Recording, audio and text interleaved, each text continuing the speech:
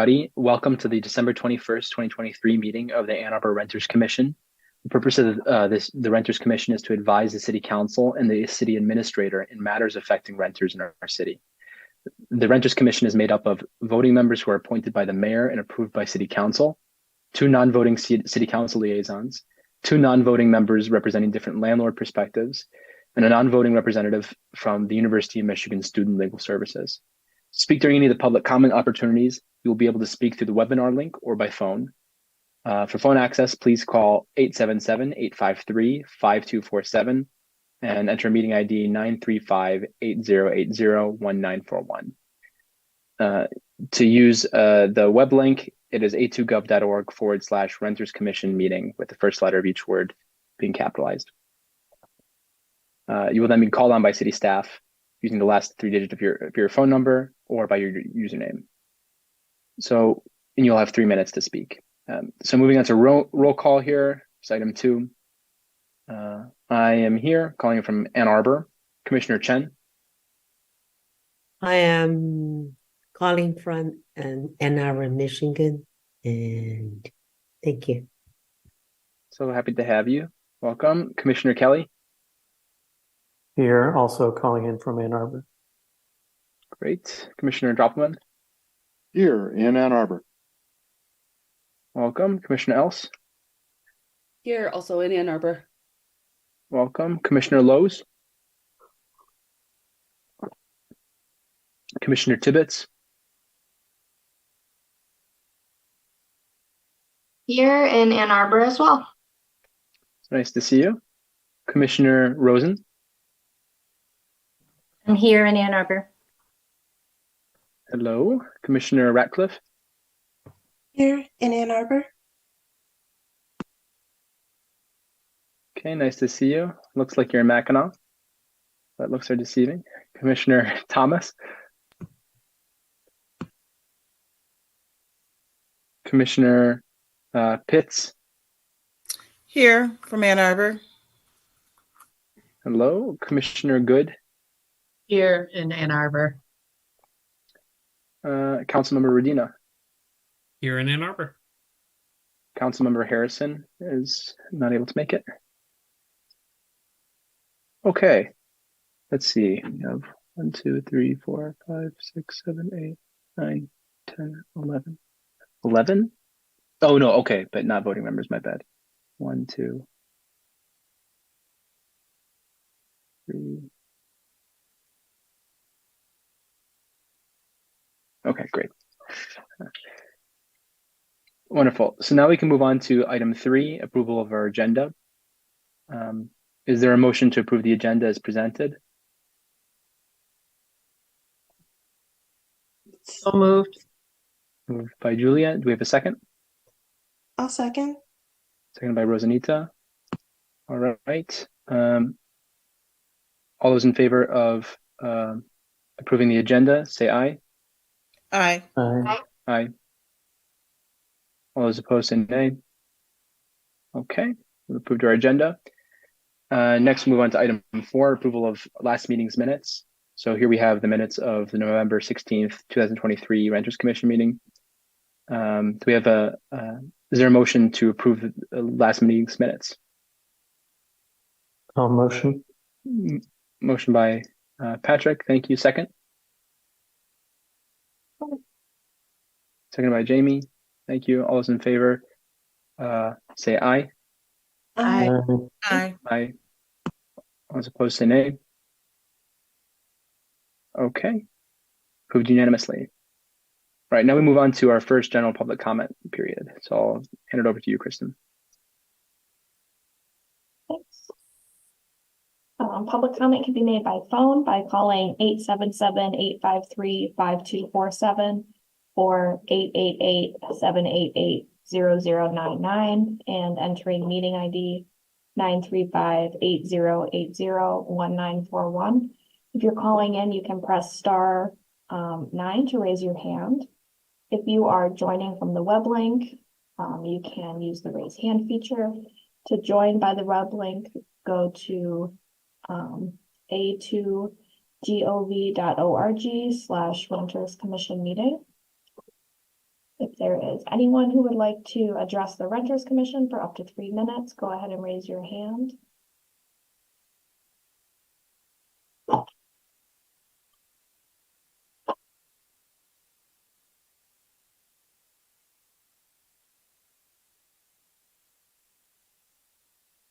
No attendees have indicated.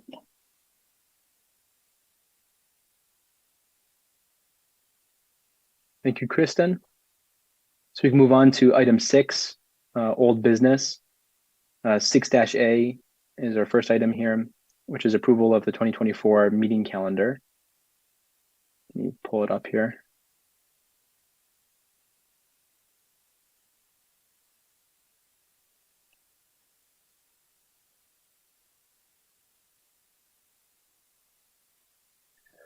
All right, so we need to decide what day and time we're going to meet next year.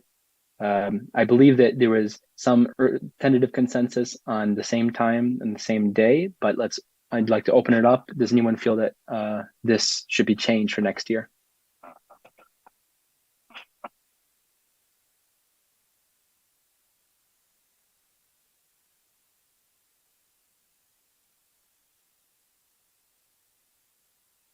I'm happy to stick with the current schedule.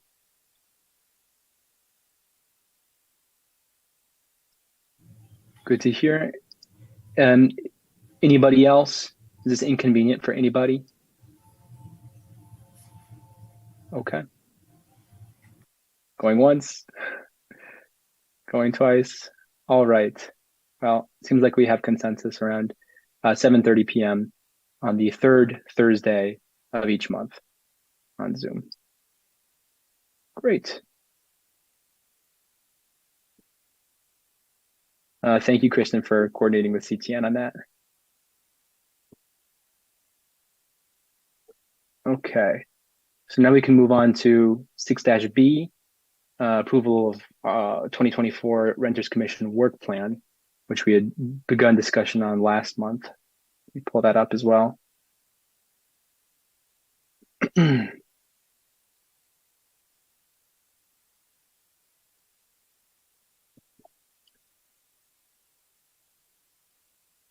Okay, so at our last meeting, we went through our old work plan.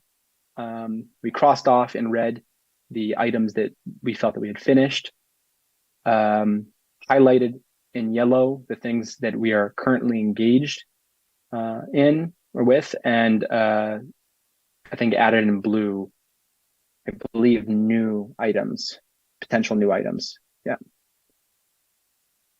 So is there anything on this work plan that you all feel shouldn't be here or that should be added?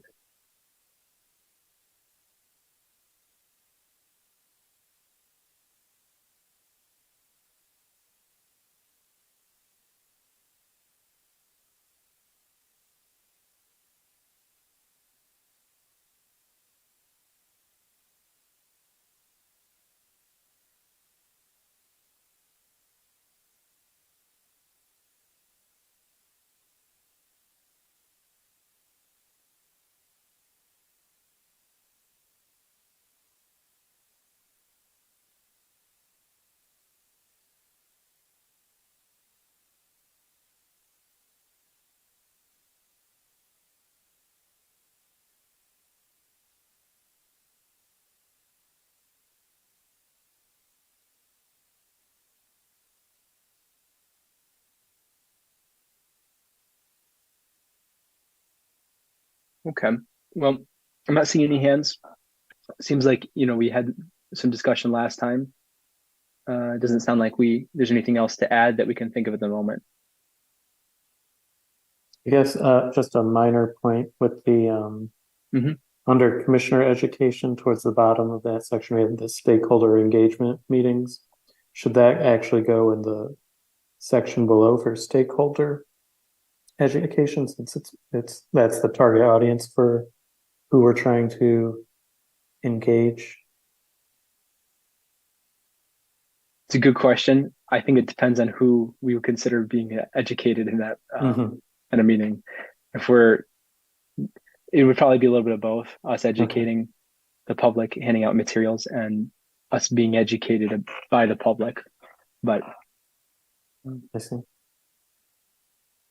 Jamie? Yeah, I just have a clarifying question. The one right above that, ordinance aimed at slowing gentrification and displacement in other communities. Um, is that referring to communities surrounding Ann Arbor, displacement in like other communities outside, like spillover? Do we know? I'm not familiar with this point. It's a good question. I don't remember who proposed this. I like it. I And think it's interesting, but I'm just was like a little unclear on um I would assume it refers to spillover into nearby neighboring cities, townships.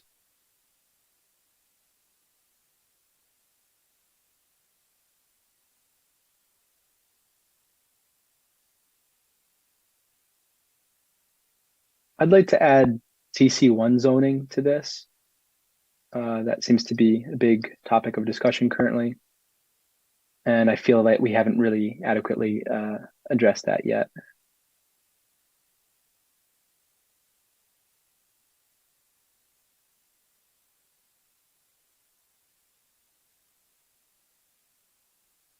Go ahead, Chad. I was gonna say the if you're talking about the advocate for staffing and for enforcement and junk fees, those are both things that are actively being worked on, and so I think adding them to the work plan is also fine, so that we can make sure that we're continuing to get updates on them as that work is happening. Great. Thank you.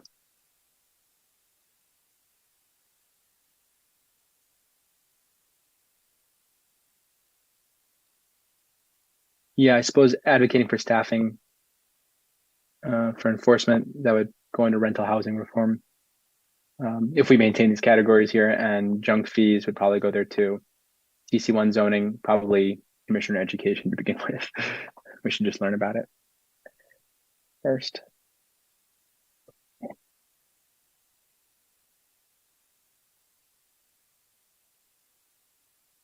Okay.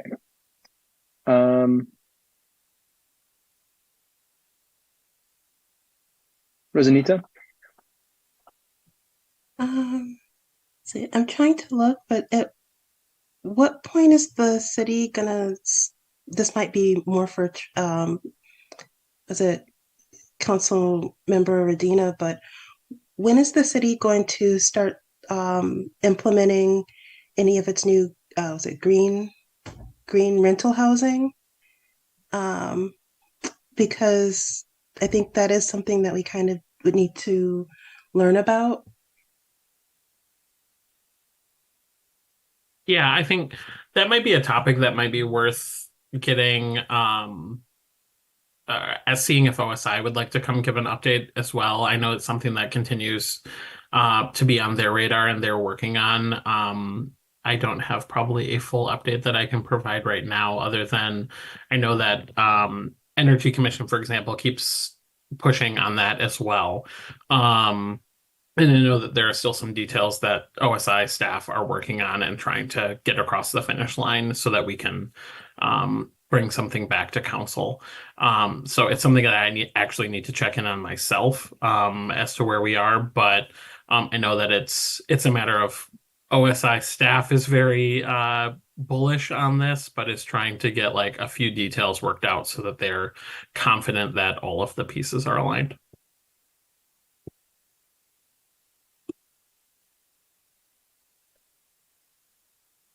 Yeah, I think that's a great idea to add that here. I think that could go under commissioner education. Anything else?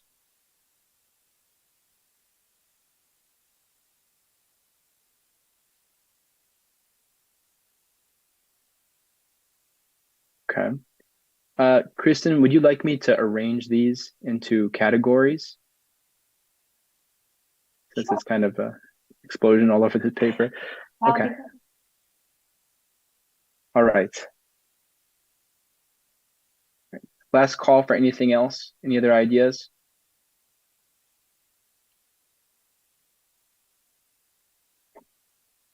All right. Thank you, everybody. Okay. Well, we can move on to 6. Oh, no, sorry. We need do we need to motion to adopt that plan, or do we just automatically adopt it?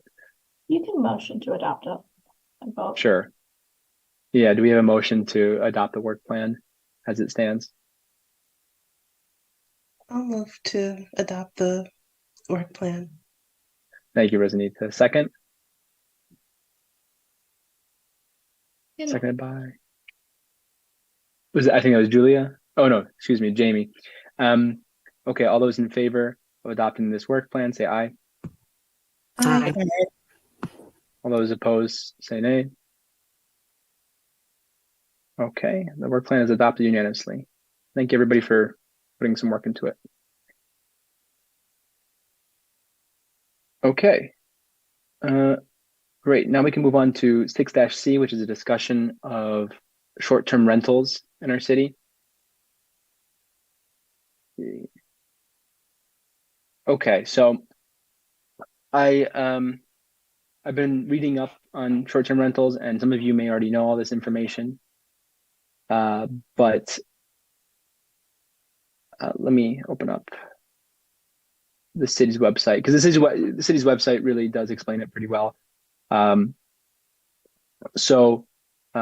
Any rental, any rental unit that is or dwelling that is rented for less than 30 consecutive days is considered a short-term rental. And everybody who operates a short-term rental needs to have a license to do so. And they receive the license through an application on Stream. And in order to even be able to apply, I believe, you need to either live in a certain zone in the city, or you live in your own, you live in the dwelling. So if you want to do a short-term rental in your basement, for example, you could do that even if you weren't in one of the specific zones. So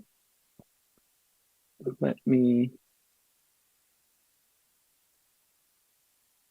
show you all. So here are the zones in which short-term rental licenses may be approved,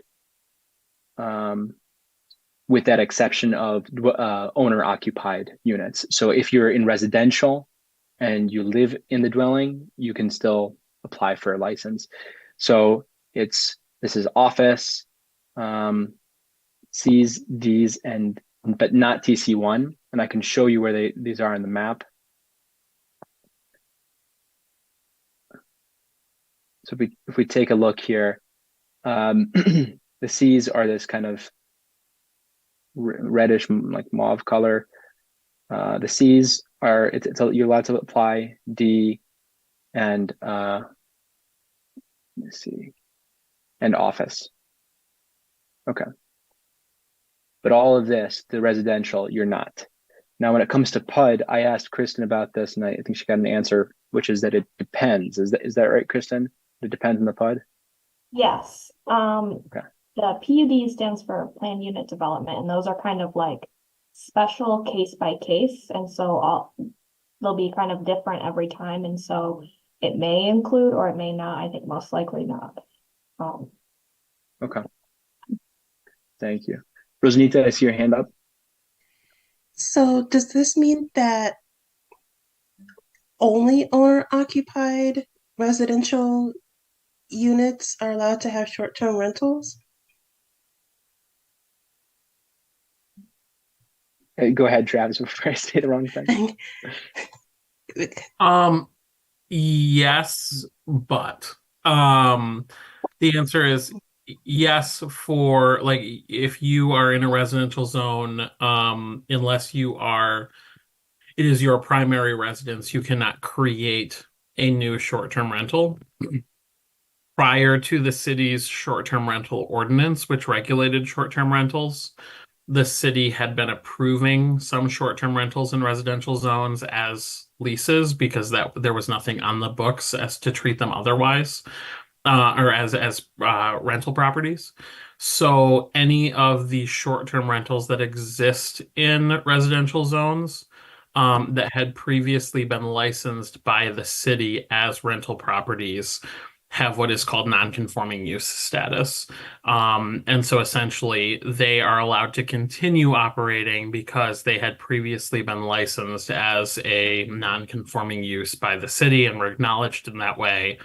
But if they were, I believe it's if they were to cease occupy or operating as a short-term rental for, I believe, the period of a year, they would lose that status.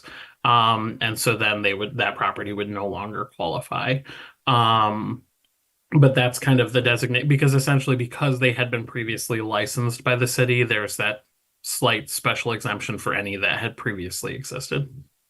So a real world example would be like how would it work if they were in like say Pittsfield Village, which is a condo complex, which is residential, but still has but also has the HOA, or I guess the condo association. Then are they still if there were people doing short-term rentals before this, then they're allowed, but if they weren't, then they're not allowed? Or is it like how does all is, Yeah, it's a little complicated. So I don't know how the HOA may prohibit them from happening, and so that's an issue between the HOA and the residents. Um, but if they were operating prior to the short-term rental ordinance passing at the city level, then they would likely qualify as a non-conforming use to continue operating in that capacity. If they were not, they would not be able to establish as a new short-term rental. and my other question also, I think you'd be the one who could likely answer it, is with the short-term rentals, the residential ones, and um, including within the newly approved um, complex, I think it's going to go downtown. If you're approving a certain number of them as short-term rentals, do any of those short-term rentals in a new complex also have to have an accessibility set aside?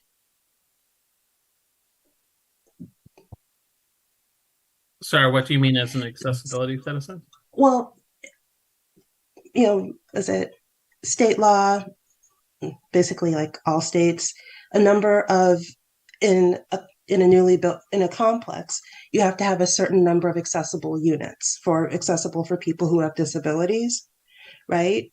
And I know that like say the new complex that's going to get built is going to have a certain number of long-term rental units that are accessible. But when approving for short-term rentals within that same building, do a number of the short-term rentals within that building also have to have an accessible number of units? Or is it that no one who, say, has a disability is going to be able to rent any of those short term? So I believe that all of the new construction would need to be ADA compliant. Um, so with kind of that, so that's what I believe the requirement would be for all of those new units. I don't know that there's like a separate.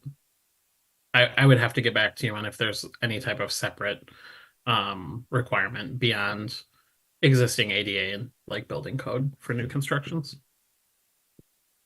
But Travis, are those kinds of buildings getting approved? I mean, I thought the whole point of the short-term rental thing was that like, wouldn't that be under the like third party ownership, or are we seeing that we're actually getting short-term rentals approved in some of these new development, high rises, So other new developments? I think what might be getting referred to is the Southtown development, which is a PUD. And so that was part of the negotiated agreement.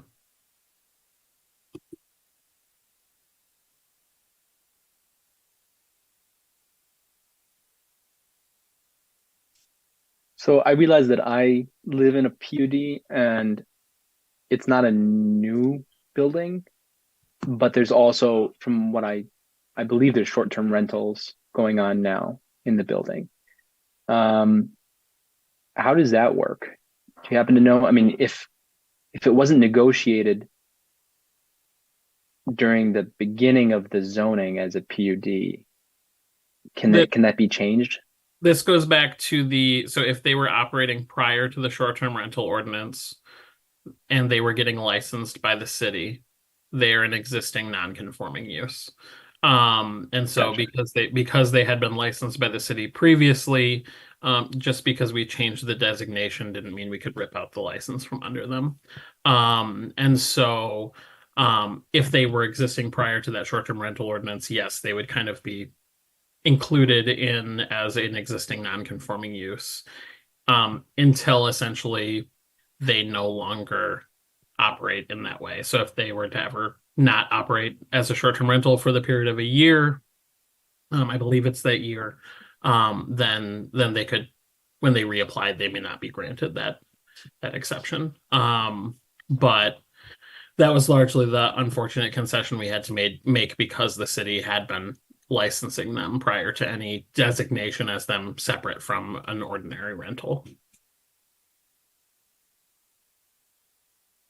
Makes sense. Thank you. Julia.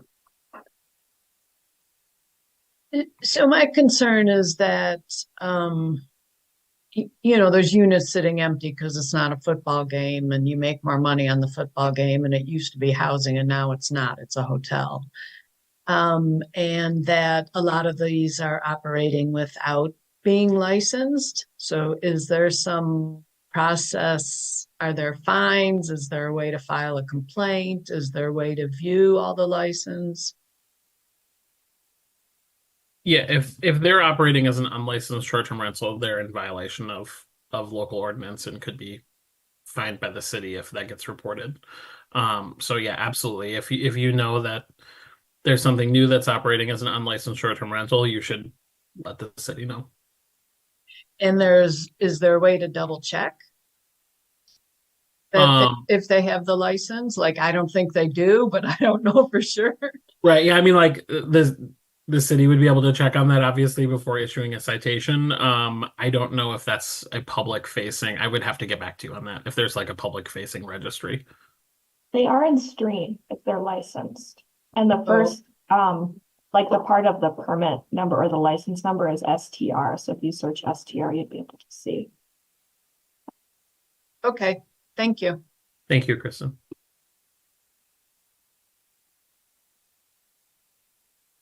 Yeah, I do see the license for units in my complex here.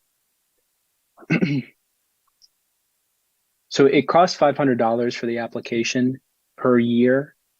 And when I was looking through the city's website on it, which I think overall is pretty good, I noticed that there was no complaint form there. So it wasn't immediately obvious to me how to submit a complaint if I suspected there was an illegal short-term rental. That's one thing that perhaps city staff could change. I have talked to a number of tenants in town who are convinced that they were pushed out by an illegal short-term rental. I think in some cases they seem to have evidence of it. So that is concerning.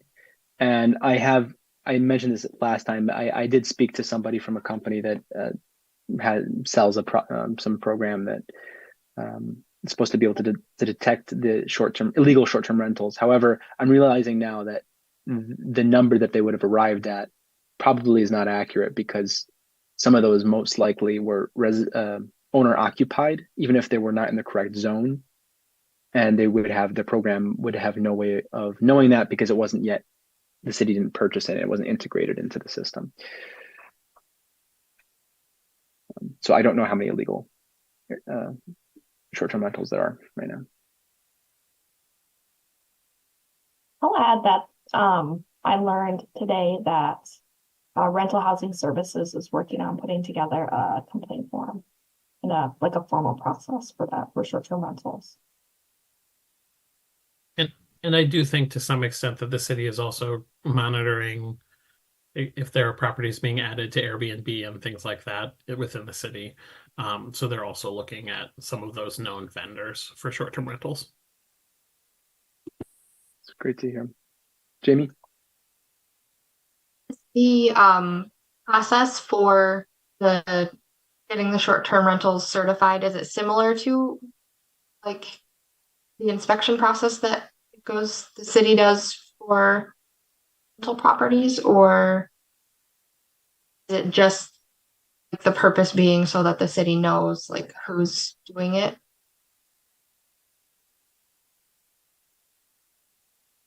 I don't know exactly what the process will be. I know that rental housing services is the department that enforces it, so I think it would be a similar process. And I think there may be a different type of fact gathering before compared to other types of rental complaints. So I'm not sure exactly what that will look like. It's in the works though. It's great to hear. I was going to suggest that we should check in with rental housing services just to see what their enforcement strategy was, but it sounds like they're already working on that. So it would just be nice to hear in their next update about that.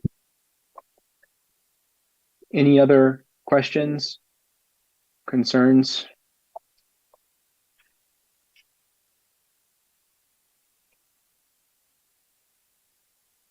Rosanita?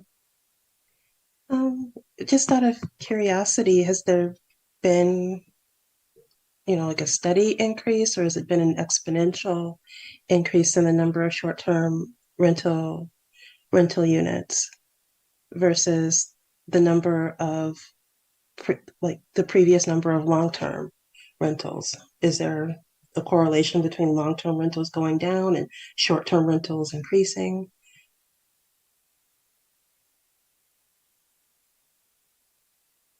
Do we know? I don't know that off the top of my head. We would probably have to check in on how many license applications we've received. I would be surprised to learn that the number of short-term rentals is increasing at a rate that is quicker or faster than long-term rentals, simply because of some of the requirements that we have. And actually, I think the Southtown PUD is, I would have to think on it a little bit, but I think that might be the first one where we've actually approved as part of a PUD zoning where we've actually authorized short-term rentals as part of that agreement. And ultimately, part of my consideration in that was the number of long-term rentals far outweighed the number of short-term rentals in what they were proposing. So I would be surprised if that were the case, but I don't know off the top of my head what the numbers are.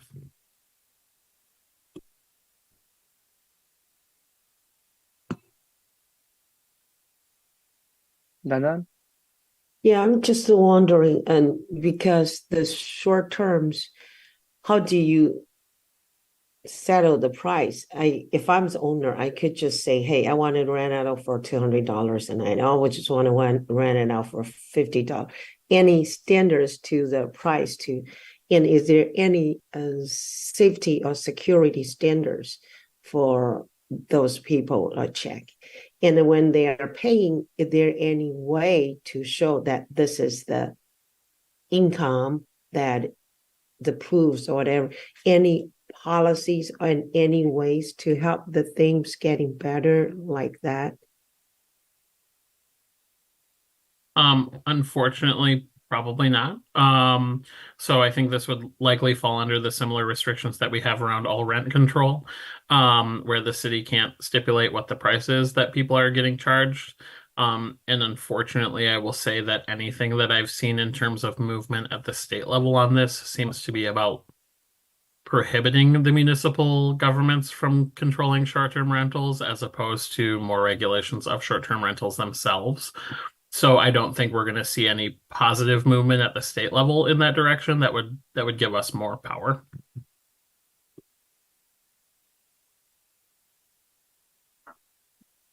Rosanita? This should be my last question on this, I promise.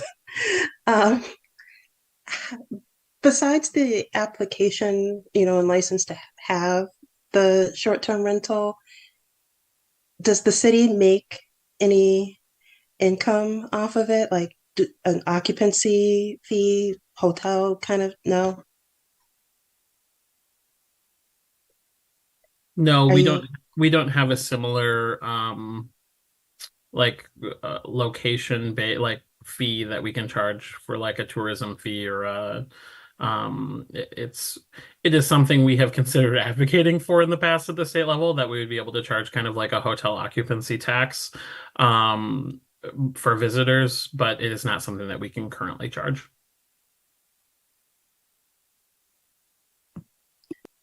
That really was my last question. I'm just going to say that I've seen it in other states and other municipalities where at least, got something out of it. And that's my last comment on it.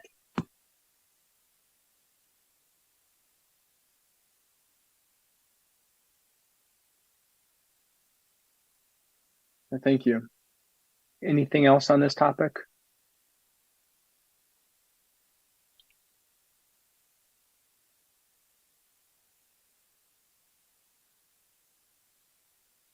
Okay. Let's see. Seems like we just want to keep. Oh, go ahead, John. Hey, folks. I was listening on the phone, but now I'm here.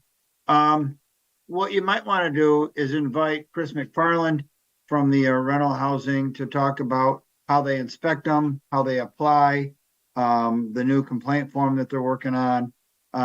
Email them some questions ahead of time. Maybe Alicia as well. But if you have a bunch of questions, send them to Kristen, and Kristen can send them to Chris McFarland, because Kristen and I were talking with Chris McFarland and kind of peppering him with questions as well earlier about how what kind of complaints are we getting, what kind of proofs are there, what kind of problems have there been with respect to tenants, are the neighbors complaining because of loud parties or trash or things like that, are they available to look at the stream? So this is just, you guys are just kind of the tip of the iceberg today. But if you want a more in-depth, we should invite them and email them questions ahead of time that they can kind of respond to either ahead of time or that at that meeting. If you want to talk about short-term rentals, whether it's the impact on long-term rentals and the tenants, or whether your concern is for life, safety, health things, aspects of the short-term rental tenant themselves.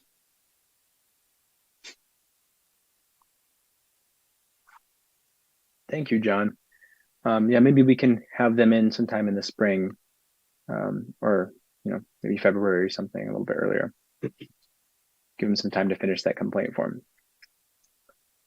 Okay. We can move on then to item 7, new business. We can begin with 7-A, security deposits. Gail, I'll pass it off to you. Thanks. There's like zero segue between what we were talking about and this, but just bear with me. I'll give you a little overview of security deposits, and if you have any questions, let me know. It's fairly straightforward. But I attached is the Michigan Landlord-Tenant Relationship Act, which in Michigan governs security deposits. So the definition of a security deposit is any amount that's paid by a tenant to the landlord that's held for the lease term over and above the first month's rent, as long as it's returnable to the tenant if the apartment is not damaged and all the rent and utilities have been paid. So it doesn't matter what the landlord calls it, because sometimes landlords have tried to say it's not really a security deposit. If it's above and beyond the first month's rent, then it's considered a security deposit. In order for a landlord to hold a security deposit, they need to make sure that they let a tenant know within 14 days of their taking possession of the rental property what financial institution is holding the security deposit. It's often noted in the lease, so that's not usually a problem, but occasionally it's come up where landlords forget to let a tenant know where their security deposit is being held.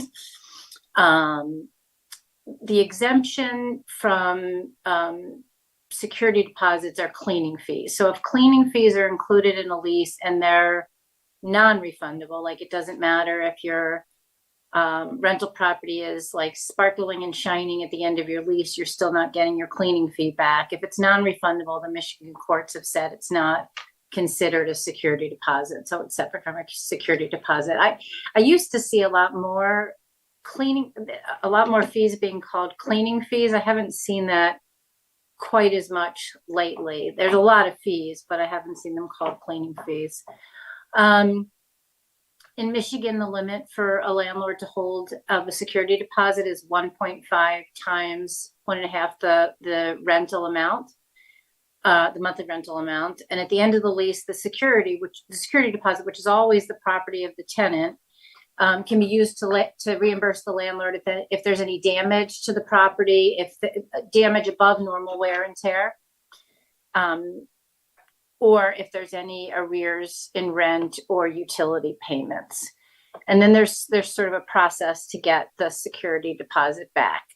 So the first thing that's required for a tenant to do to get the security deposit back is that within 4 days of the end of their lease, they have to give the landlord a forwarding address, telling them where they want the security deposit sent.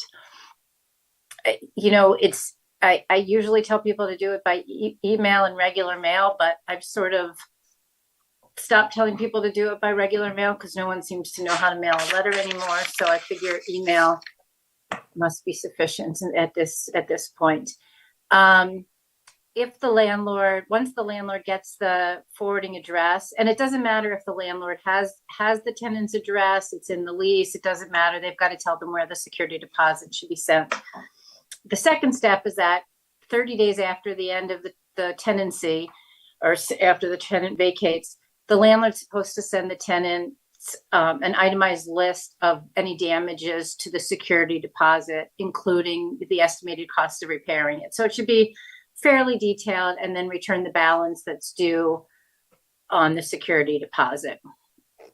If there are damages to the security deposit that a tenant disputes, then the tenant has 7 days to respond to the landlord's letter in writing. And again, that one I usually say regular mail and email, but in writing, saying why they're disputing the security deposit charges. So often it's because, you know, there's been a miscalculation on some money owed, because the damages that the landlord is claiming predated their tenancy, because, you know, it's normal wear and tear, because the cost being charged is excessive. So things like that. And the landlord can only charge, as I said, for damage. They can't charge to clean the apartment or the rental unit, with the exception of that cleaning fee that they often take. So if all those steps are taken and the tenant and the landlord can't resolve the security deposit dispute, then the landlord is obligated within 45, if there's still a dispute about the security deposit disbursement, then the landlord's obligated to file in court within 45 days from the end of the lease to basically ask the court's permission to continue to hold the deposit. I mean, the money is still the tenant's, so the landlord needs the approval of the court to retain the money that they believe is owed to them. If a landlord fails to file in small claims court, it's usually small claims court, within 45 days, and there's still a dispute over the deposit, and all these other steps have been taken, like the forwarding address notice was timely given, unless there was no notice that they had to give a forwarding address in the lease. If the tenant responded within 7 days to the charges, that's it. If they get to that point and the landlord hasn't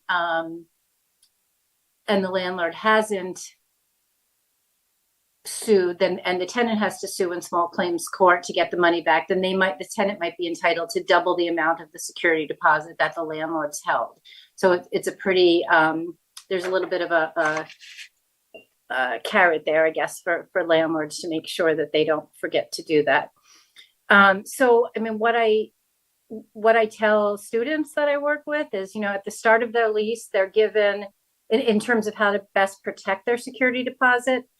At the start of the lease, the landlord gives to the tenant an inventory checklist, and the tenant needs to fill that out. It's really like not a lot of room to fill out detail, but I tell the tenant to just attach a separate page, because the more detail you can give on the inventory checklist saying, the condition of the property when you move in, that's what the landlord's going to look at the end of your lease to see, what the conditions were when you moved in. So I, suggest that tenants take photos of the unit, take video of the unit, fill out that form as detailed as possible, keep a copy for their records, and give a copy of the landlord within 7 days.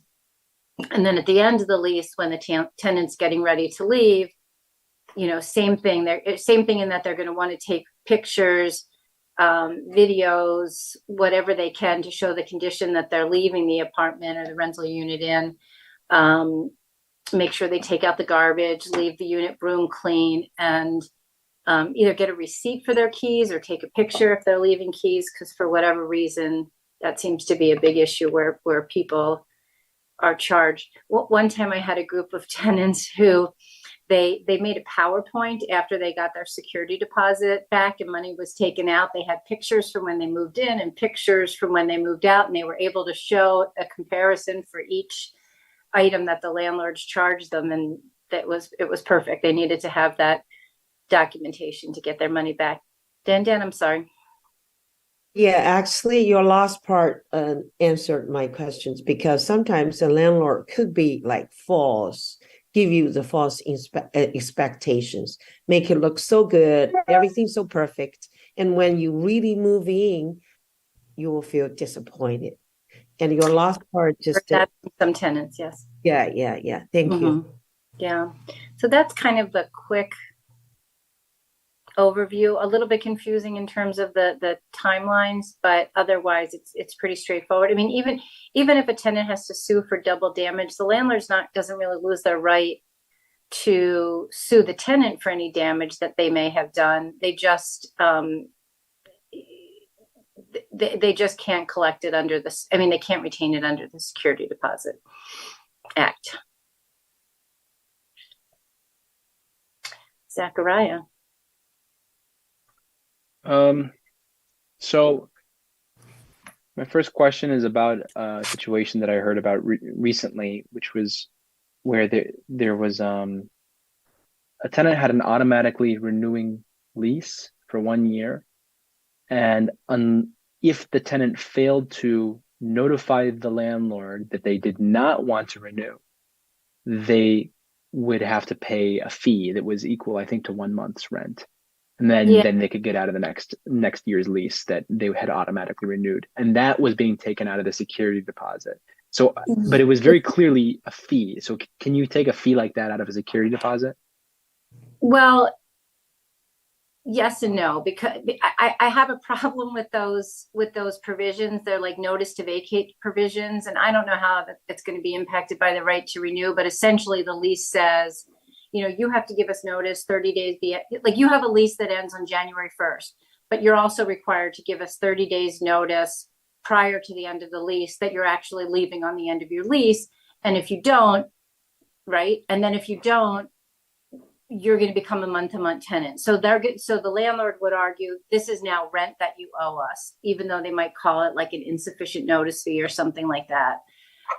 I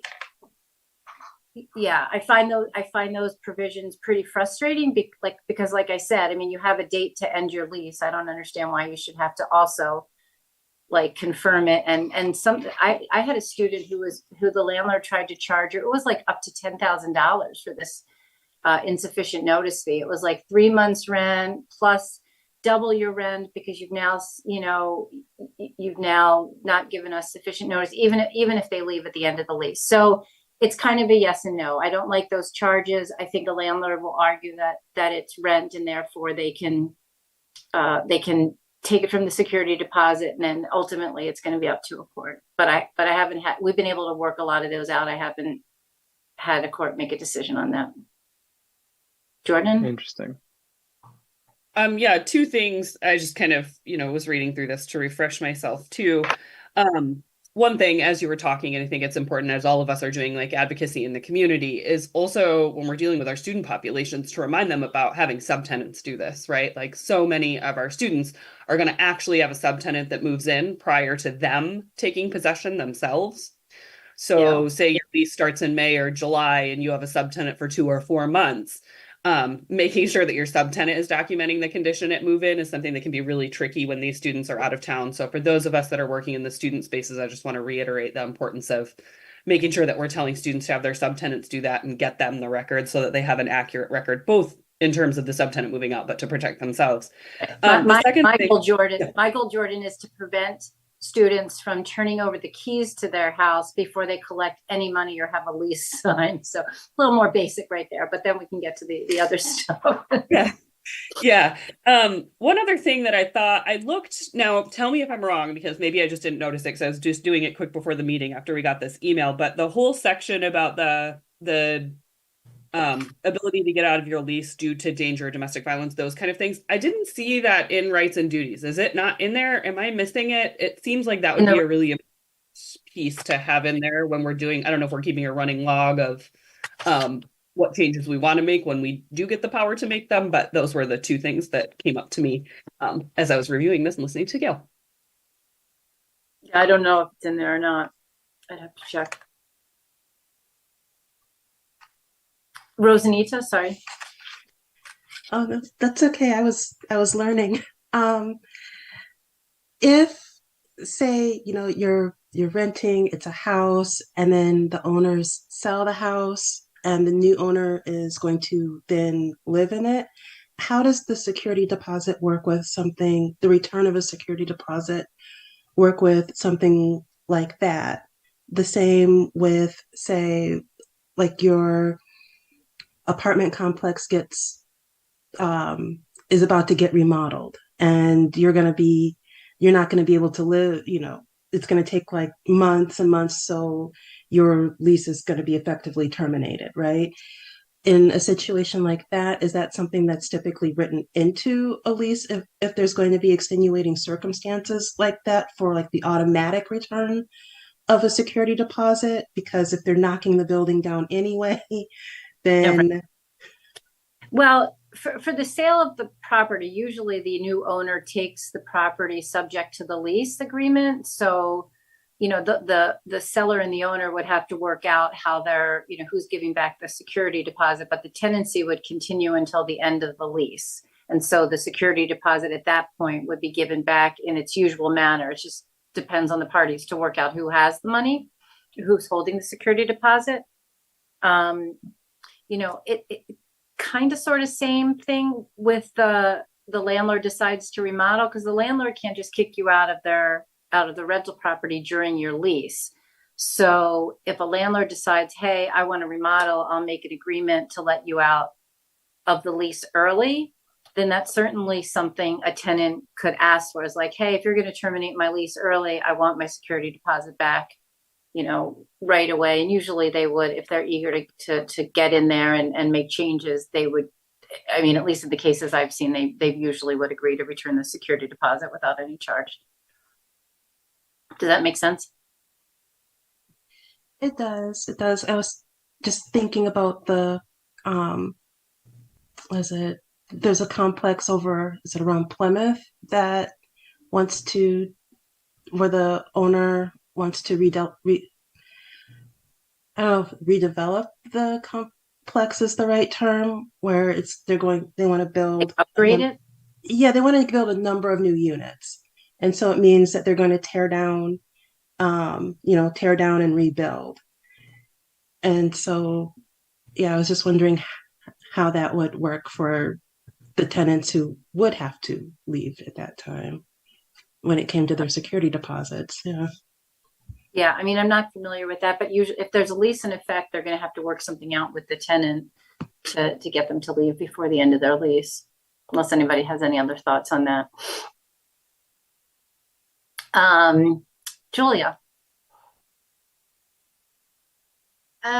This is a financial question on holding the money. So they have to tell the tenant what bank it's in, Are there any other kind of rules? And I'm specifically thinking about the early leasing that, when the security deposit law was first made, the thought was you're only holding a security deposit on one tenant. But with landlords now asking you sign a lease so many months in advance, there's actually a good chunk of the year they're holding two security deposits on the same unit. But not from the same person, though. You mean, Not for the same person, but it is like, unit Yeah. A, there's for the tenant and there's for the new tenant they're holding. And instead of it just being an overlaps of maybe 15 days, it's now an overlaps of months. Right. Yeah, I don't know. I mean, I'm not aware of anything that prohibits them from having another security deposit, like sort of paid in advance, but I don't know. I haven't come across that, from students, but I'd have to look a little more closely to see if there's anything that prohibits it. I mean, I will say that the amount of time that we have had two deposits on hand has decreased significantly with the early leasing ordinance, right? Like when people were signing, we didn't do it, but you could sign, when you had the old ordinance and you could essentially sign in like July for a May lease. Essentially that landlord was having this security deposit for the May people that moved in, and then in July when they signed a new lease for that whole time.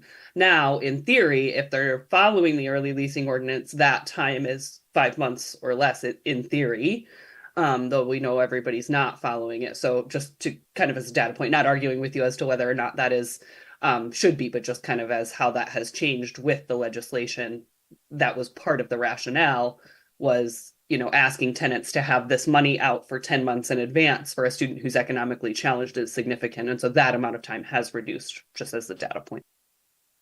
Yeah. So part of it, I'm mentioning because I never understand why a landlord wants to get that lease so early. And I'm wondering if some of it is because they're making money off holding the security deposits from two people at the same time. And if you're doing that for 600 people, it can start to add up. And if maybe that is one way to disincentivize landlords from wanting to have leases signed so early, is maybe to pass another ordinance that has some restrictions on how long you can hold two deposits for the same unit. Right. I mean, there's always going to be an overlap, though. Sure. I mean, yeah. Maybe it gets shorter. Yeah, that's interesting. I hadn't really thought about that. Zachariah? Does the landlord have to disclose which financial institution the deposit is? Yes. Okay. They often put it in it's often in the lease itself, but some I see. Forget. And do they need to provide evidence that the money is still there during the tenancy? No. Because I was looking up and I saw that there is some way for the landlord to take it out and use it, but only if they receive the deposit with the Secretary of State, a cash bond or something like that. But I'm just wondering if I doubt that's frequently used. But if there's no way to ensure that the money's there, then I wonder how frequently, what's the incentive for the landlord to keep it there if they could just invest it. I don't know. Other than it being a violation of the law, I don't know. Yeah, I mean, it's not their money, so. But that's all I got. Any other questions? I will say, Julia, I mean, I think you're right. If you're talking people who have thousands of units, maybe they're making some interest, but I mean, we're talking pennies. Like so for somebody like us, that's kind of mid-range. I mean, that has nothing to do with our timeline to sign in or anything, just for our experience. But maybe for McKinley, maybe they are making, but I can't imagine that it's tremendous because interest rates just aren't high on the kind of business accounts that we're using. I don't think, but could be wrong. It's one of those things I was just trying to grab at because I don't really understand the advantage of signing a lease 8 months in advance or now 5 months in advance. Yeah, I mean, for us, just a brief, I won't take over the tub. I mean, for us, we're talking especially when we're talking student populations, like there's not a lot of other option and then this was gone through a lot with when we talked about the early leasing ordinance in general, these students leave. And so to not, to wait until like July or August, so many of our students are international. So many of our students live in different parts of the country. So from that perspective, when we're talking about student housing, which is a large majority of the percentage here, the timeline for early is partially out of that timing, that summer is like a very hard time to try to lease during when people are in group units of 8 and there are 3 out of the country. And, so that just to give the perspective on like, why do you sign at the day that you can, essentially, that's a lot of our motivation as the landlord too, is because the students are here and they can do it. So the only question I have with that is that this is a new as in 30 years landlord invention that September 1st has to be the day of the lease. In the 80s and early 90s, May 15th was the common date for students and October 15th was the common date for non-students. So how everybody is suddenly September 1st, I don't know, but that it could change. Yeah, we're not. Our group units are all on May, because we find that the group units want that early move in, and then our smaller units, which end up being young professionals, regular folks in the community, those are generally on fall. So, and it falls all over. I mean, I would say you're right that the majority of people are on fall, but there definitely still are people that are July and May, in the rotations.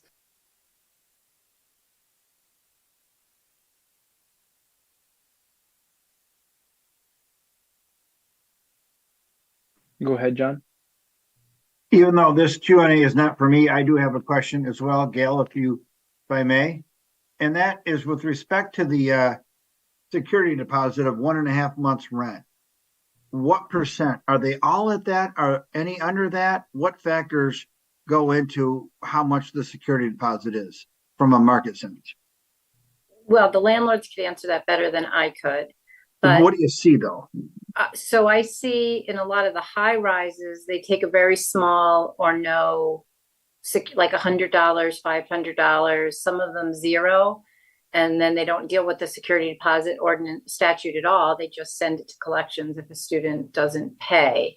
But the regular landlords, I suspect, Jordan, you guys take a month and a half, and most of the other ones they do. Yeah, in general, what I see for non-high rises, I agree with your experience. I would say high rises from what I see talking with, but again, this is kind of biased towards student population, is right. 400 under for the high rises. But again, I mean, I saw an ad the other day that they were advertising at, the Foundry somewhere, 2-bedroom for 4 people, and they're paying $5,300 a month for a 2-bedroom. So when you talk about like the landlord, shared bedroom, so 4 people, 2-bedroom, $5,300 was the rental rate. So that landlord's getting so much money that oftentimes they're like willing to let some things slide. So that can be why you see the difference, right? Like why the corporate high rises are charging 400 and under, because they're getting so much rent that they're willing to accept a couple scratched up like they have a higher threshold, and they have corporate lawyers to take you to court afterwards. Whereas for smaller landlords, if a unit truly is trashed, we might easily go through. It's rare that we do it. We don't charge a ton, but that you may go through, especially if you have like a 1-bedroom apartment and you have to replace the whole carpet because they, whatever the tenant behavior has resulted in that. But again, rare. So I think that's why you see the big divide between the corporate hires. But go ahead, Bob, see if you can share your kind of perspective. Yeah, we charge a 1 month's rent, but there's a new building that's going up right next to us, 911 South Main, and it looks like security deposits, monthly rent will be in the 8,000 per month, and security deposits are over 10,000. So moving into one of those apartments is going to be a pretty hefty financial chunk. For six bedroom was what I was looking at, but we charge 1 month simply just for logistical ease. I mean, you know, as you said, Jordan, you're not gonna, we don't really find our tenants are too hard on the properties. Yeah, I mean, for what I see, it varies. I see some patterns in with landlords that I often deal with in the student population, who I almost always know they're going to charge the tenant because the carpet is damaged. They're going to charge the tenant for not returning keys. They're going to, I mean, there's just certain patterns that they have, which is a little, you know what? Yeah. Anyway, so I see that happen a lot. And then actually, you know, when they go, when there's a smaller deposit and then the landlords go straight to collections, it's much harder for the students. I mean, they're just stuck in that process of, you know, I mean, not for $100 deposit, no one's going to really likely try to get it back, but I mean, they might, but it just becomes a lot harder and a lot more impactful for students when it's, you know, it's in that process. So anyway, and more potential to like have long-term impact on someone's credit report. Like we as smaller landlords aren't, and I know there's an argument for like it would be nice if all landlords were reporting to credit agencies for building credit purposes. That's a separate discussion, but you know, if you're talking that situation where tenants are getting in with collections because they're not charging security deposit, that's a longer term impact on often just young blossoming adults too in the population. Oh, totally. Mm-hmm. So anyway.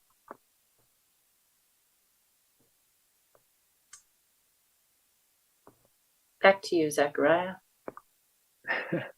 Thank you very much. Any other questions for Gail about security deposits? Okay, thank you so much, Gail. Thank you for the good questions, everybody. We can move on now to, let's see, 7-B, sort of our last piece of business here, discussion of updates regarding Chapter 105. So I will hand this over to Kristen and to John. All right, you should have in front of you this document right here. If I share my screen. So based on dissatisfaction, complaints, issues with respect to the early leasing ordinance and right to renew ordinance, the early leasing ELO is 8:530 and the right to renew is 8:531. Your input from council members, emails from disgruntled tenants who have gotten correspondence from their landlords, pressures, things like that. City attorney staff kind of went through our ordinance line by line and kind of came up with some things that we think might close the gaps. These are some proposed edits. It's not going to go to city council. I'll leave that up to council member Radina until the Renters Commission has had the opportunity to digest this, share their concerns, their comments to council members Radina and Harrison, who will let them, and they'll get those with us. So this is not an action item for you tonight, but this is just what we're proposing. Like for instance, when you look at the 1C, a landlord shall not require a tenant to accept a successive lease period at any time before 150 days before the end of the current lease period. So we've made some edits that we think will strengthen it, will make enforcement easier, clearer, and we're interested in the input that the Renters Commission has. Share that with your council members who will share it with us. I think you've got a month to look at these, think them over. If you have any questions off the top of your head, I know you haven't had a lot of time with these, and I appreciate that. But if you have specific questions, feel free to ask them. Remember, Sounds good. Let, the problem, one of the main problems is that Michigan is prohibited from regulating the price of rent or rent control. So we're not going to be able to touch that. We're also limited a little bit as to what we can do by way of communications. Can a landlord reach out to a tenant, encourage them to renew while falling short of including the terms, the parties, the amount, all and the deadline. But I will say we're taking a look at the complaints that we've gotten. We revised the form. I think you had that at your last meeting. Is that correct? And some people have sent us in that form, and of course, we have to apply the unedited, unamended version of the ordinance to the complaints that we're getting. But we're taking a look at those that we're getting, and they have been helpful with respect to providing copies of the lease, providing copies of the correspondence, and there are actually some that have deadlines set in that correspondence. I see a lot of hands, so I'll be quiet and yield to Gail, Jordan, Travis, or whomever else you want to call on, Zach. that sounds like a great order. I'm not even muted yet. Okay. So my two questions, John, which you probably know. One, I guess the bigger question is, we had talked about trying to find a way to deal with what I believe you call the early bird specials, where the landlords are writing to tenants and saying, you don't have to make a decision now, but hey, if you do decide now, you'll get, we'll only charge you, I don't know, $50 more in your rent or whatever it is. And it's going to be much, much, much, much, much higher if you wait until the 150 days before the end of your lease. So I thought we were trying to tackle that, but I don't believe that we have, is one question. And then the second question, which you also know, is, the part, it's 85303, not 3, 4B, where it says the current lease period is less than 8 months and is in entirety. So I've shared with John that I had a situation where a landlord, a tenant said, a group of tenants said, I want to rent for a year. And the landlord said, okay, but hey, you're going to have to do 2 6-month consecutive leases. Like, one ends at 11:59 and the next one starts at midnight. And I feel like that could be cleared up a little bit. Like if there were 2 leases that were running like exactly simultaneously that are more than 8 months, that should be covered by the right to renew ordinance. So those are my two big issues and questions, I guess, for what we do about that.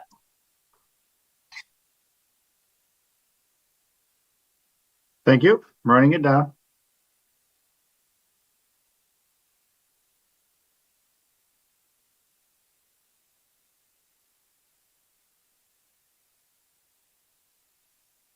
That would be up to you, Zach, to call on somebody. Oh, okay. I wasn't sure if you were running the show. No, I'm running it down. Okay. All right. Go ahead, Jordan. And then Travis. Okay. I had Gail's too, but I also have a list. So I guess for us, and John, you partially answered the question, what are our frequent complaints, right? So the early bird special is one. I will say that I've heard of the 2 consecutive 6-month leases a couple of times. So that was on my radar, but are there other, this is the repeated pattern, this is what we need to address, and have we fully covered that? And I mean, from us as the Renters Commission, I think that's a question to ourselves. But we also haven't been seeing these complaints. We don't know how many there were. And so I don't feel like the Renters Commission is as informed as we could be. So maybe Kristen could help us by getting us the forms that have been turned in, anonymized, so that we could have a better frame of reference. So that's my kind of first global thing. The second thing is, and John, maybe I'm reading this wrong. It sounds like when I'm giving the offer as a landlord, I'm also supposed to give the completed lease, or what are you envisioning there? Because to be giving, that's just not something we can do. We can't type up a lease for every person we're offering a renewal for. So I'm trying to figure out like maybe it would help to define the bare minimum. Like, do you want the lease price or what are you thinking there? That's what it says, and we're proposing that, but we're not proposing it necessarily via US mail or hand delivery. We're proposing it by that or electronic communications. So I assume that the next year's lease is going to be patterned on the current lease, and it's just typing in the new terms, the new dates. Is that correct, or am I wrong on that? No, not really. I mean, it takes us about 45 minutes to make a lease on Adobe each time. So because Adobe is, because it's a contractual, you may know how it works, you may not, but because it's a contractual thing, there's not a lot of changes it allows because it wants you to sign something and have it be stoneclad, ironclad, and not have changes to it. So for us, I mean, just to give our perspective, and obviously there's a lot of perspectives to say, here's your offer for renewal. I mean, right now, our letter says, here's your offer for renewal. Here's what your new rent price would be if your group stays the same. Essentially just that. Here's where we need to know by. So to me, it seems more reasonable to put like what information do we want the tenants to have access to versus saying an entire renewal lease with that, because that's going to have then there's a document out there that some people could sign, but others couldn't. It's like, so our process right now is here's your email with renewal that we have sent out just before 180 days because we've just waited. We send that out and it says, here's your terms. Here, they say yes. And then we say, okay, great. We'll send you the lease within the next couple of days and you'll need to complete it by X, the 10 business days. So to me, sending out an actual filled in lease is not a viable option here. So I'd like to see if we can maybe consider, if we want to say the dates of the lease, the price of the lease, any major changes to the current lease, because that's the other thing. They already have a lease from us. They already know what our lease looks like. So I'm open to tenant things that you say you really just would need the lease with that offer, but you can push back on me, feel free. But for us, this just doesn't, and maybe Bob has some input on that too, but that's just not a feasible ask for us personally. And I appreciate the feedback. Part of that was because of the lease addendums, or we've had some complaints where they say, here's what the terms are, and then lo and behold, it doesn't include parking for this year. So there's, I'm not saying bait and switch, that's not the right word, but no, I get what you're saying. What parties think they had an agreement to really isn't the same when the actual lease comes in. So yeah, and there's there's the gravitas of an actual lease, like this is it, these are what the terms are going to be, rather than, hey, let's re-up for the next year, same thing, we'll send you the lease later. Well, I wonder if we could specify that though, like lease price, lease dates, and then any major changes or something. Like, is there a way that we could dictate what should be in that email that would help prevent these situations? Or do tenants think like that's just not, what do you guys think? I guess yeah, we have remember right now it currently says terms, conditions, price, parties, address. Those are kind of what we require now on the unamended version. But, and you don't have to mail it, you don't have to print it, you just got to prepare the thing and hit the send button. But I'll defer to this body, but I appreciate your input. Yeah. Okay, that's fair. I mean, ours basically says your lease will be exactly the same minus the changes to these dates, this amount. But I don't know. I'll be curious to hear. Maybe Bob has another input for how his process is, but for us, that would be very, very difficult and add a serious amount of work. And go ahead, Bob. So yeah, it's not quite the same thing, I think, anymore as just sending an email. We use an electronic document signing thing. So, and you have to, it's not the same thing as, hit and send. It does take some time. I wouldn't say our lease takes 45 minutes, but it's in that vicinity. So it's not, I would say it is not trivial, because most of our stuff is done all electronically, and the great thing about that is it's legally binding, everybody gets a copy, it works out real well. But there is a cost, and it does take some time to prepare. Is it a portal? Yeah, it's a service. I go into a portal and, prepare the lease, and then I set a list of, here's who it's sent to, and then it emails, and then, but there's a certificate involved so that the signing is, there's non-repudiation involved there, and things like that. So it's a little more complicated than an email. So what would you and Jordan purport that we do by way of having landlords letting tenants know what it is that they're going to be offered for next year and agreeing to? Good question. I mean, I think the big thing is we have some of the terms and conditions. I think naming like any major changes from the current lease agreement.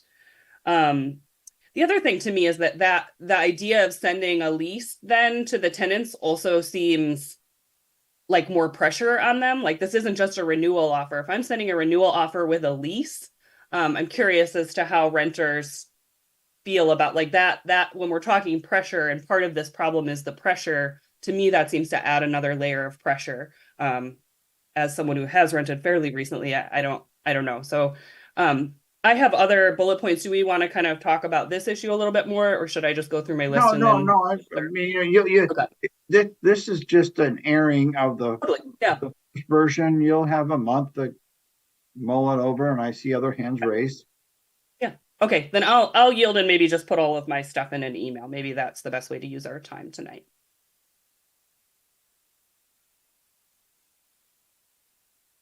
Go ahead, Julia. Just on kind of like the DocuSign or whatever service you're using, like I get that extra burden, and I don't know if there's a way to do it in Word first and then drop it in, but there's got to be some assurance of what the tenant's agreeing to, because there are things all the time. Oh, well, we didn't tell you that you have to pay for the washing machines now because we don't think that's a big deal. But when you've got a household and you're running, the washing machines for your kids, it can sometimes start to really add up the cost. Or, oh, we took the washing machines out and we didn't bother to put it in the new, tell you about it before you agreed to a new lease, and then having to trek the kids' clothes across town also, so there are things like I feel like the tenant has to know for sure what they're getting before they can say yes or no. And I don't know how to do that besides in writing. But isn't the purpose of signing the lease that, like, so agreeing to sign the lease is not legally binding toward the tenant? If I say, yes, I'd like to renew, that's not legally binding me to renew. The lease is. So while I agree that I think morally and ethically we should be pointing out the changes, especially, if there is a major change, I guess, how do you see that as different? Like, you would get the lease and you're not legally bound by saying I'd like to renew, but you'd get the lease to sign and you'd be able to see that parking wasn't included and say, hey, can I negotiate this? Or no, I'm not going to renew. Like, you still have choice beyond that, right?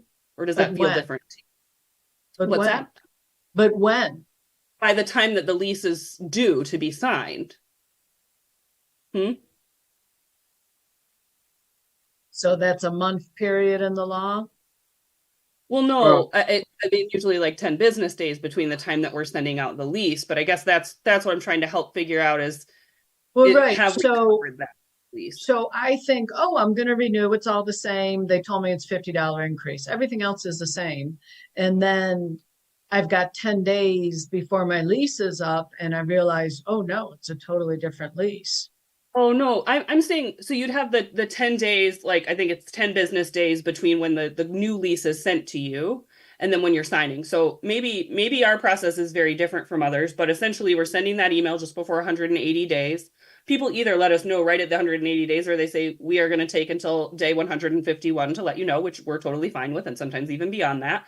And they let us know and we get them the lease right away. So this isn't like you're getting the lease that you're signing in that time frame. So it's months before, I mean, you're accepting that lease at the time that you're agreeing to move in. You're getting that lease within 10 days, in theory. Now we know that there are other situations where like a landlord's not signing the other half, and that's a whole different bullet point to kind of talk about. But you're getting your acceptance of that lease is you're signing the lease, and so you're seeing the terms and hopefully reviewing them. So that's the part that I'm trying to parse out, is how that feels that different to you. Between getting the offer, saying yes, getting the actual lease, and then having a choice still to sign it. Does that make sense? I hear what you're saying, but I'm not sure if I'm looking at the law right then, because if we're not requiring the lease to be presented in that clause, is there somewhere that gives a day the lease has to be presented? Julia, under the current ordinance where they're providing terms but not the completed lease itself, that the landlord is required to present the written lease renewal to the tenants for signature within 30 days of their acceptance. So if they were to provide that under current ordinance, and the tenant were to say, yes, this sounds good to me, within 30 days, the landlord is required to provide that lease. And then 10 days after that, the tenant's got to get it back. Okay.